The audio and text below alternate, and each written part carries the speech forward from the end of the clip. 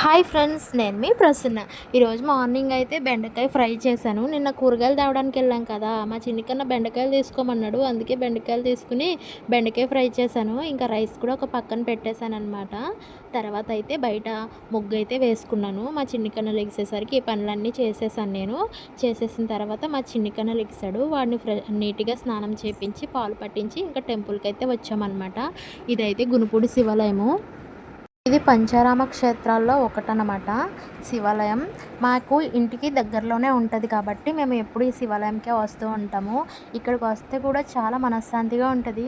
ఈ శివాలయంకి ఎదురుగా ఒక పార్క్ ఉంటుంది అనమాట. అక్కడ పెద్ద చెరువు ఉంటుంది, చుట్టూ చెట్లు ఉంటాయి, చాలా బాగుంటుంది. ఎప్పుడైనా మైండ్ బాగాలేనప్పుడు, మనసు బాగాలేనప్పుడు ఆ ప్లేస్కి వెళ్ళి కూర్చుంటే చాలా మనశ్శాంతిగా అనిపిస్తుంది. నెక్స్ట్ టైం ఎప్పుడైనా నేను ఆ పార్క్ని మీకు చూపిస్తాను. వీడియోలో లాంగ్ వీడియో తీసి అప్లోడ్ చేస్తాను. ఈరోజైతే నాగపంచమి కాబట్టి మేమైతే సుబ్రహ్మణ్య స్వామికి పాలాభిషేకం చేద్దామని పాల ప్యాకెట్ అయితే ఒకటి తీసుకున్నాము. ఇంకా లైన్లో నించున్నాం అనమాట. సుబ్రహ్మణ్య స్వామిని పూజించడం వల్ల వివాహాల్లో ఏమన్నా దోషాలు ఉంటే తొలగిపోతాయంట.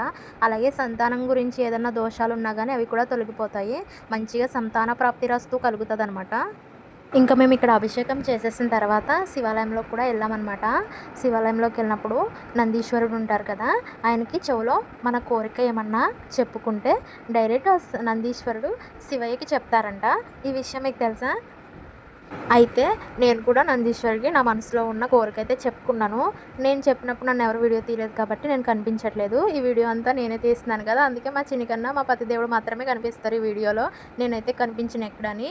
తర్వాత మాకు దర్శనం అయిపోయిన తర్వాత బయట అయితే కొంచెం సేపు అలా కూర్చున్నాం అనమాట. అయితే టెంపుల్కి వెళ్ళినప్పుడు మనకి దర్శనం అయిపోతుంది కదా, కొంచెం సేపు కూర్చోవాలంటారు కదా టెంపుల్లో.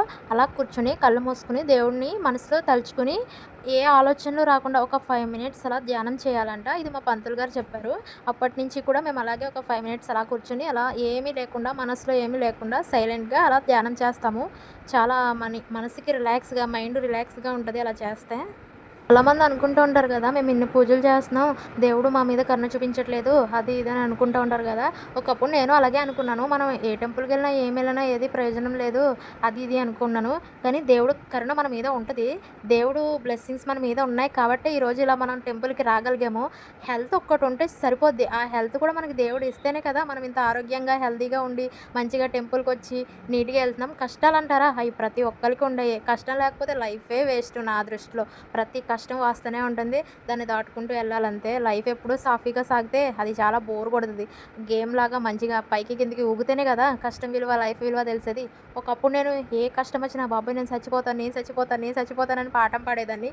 ఇప్పుడు అనిపిస్తుంది, నేను ఎందుకు అలా ఉన్నాను, ఒకప్పుడు నేను ఎందుకు అలా ఉన్నాను, ఎందుకు అలా మారాను అనేసి.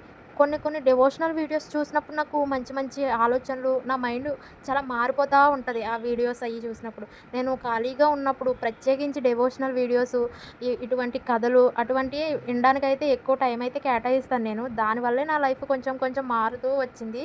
ఇప్పుడు నేను ప్రతి దానికి ఫీల్ అయిపోవడం, ఏడవడం ఇటువంటి నిర్ణయాలు అయితే తీసుకోను. అసలు డేని హ్యాపీగా స్టార్ట్ చేసి హ్యాపీగా ఎండ్ చేయాలి. చాలా ప్రాబ్లమ్స్ ఉంటాయి, టెన్షన్స్ ఉంటాయి, మనం చేయవలసిన వర్క్స్ చాలా ఉంటాయి. వాటిని అన్నీ చేసుకుంటూ ఎక్కడ ప్రెజర్ తీసుకోకుండా నీట్గా ప్లానింగ్గా అన్నీ చేసుకుంటూ వెళ్ళాలి. అందరూ బాగుండాలి, అందులో నేను ఉండాలి. Okay friends, bye. వీడియో నచ్చితే సబ్స్క్రైబ్ చేసుకోండి. అలాగే ఈ వీడియో ఎలా ఉందో కామెంట్ చేయండి.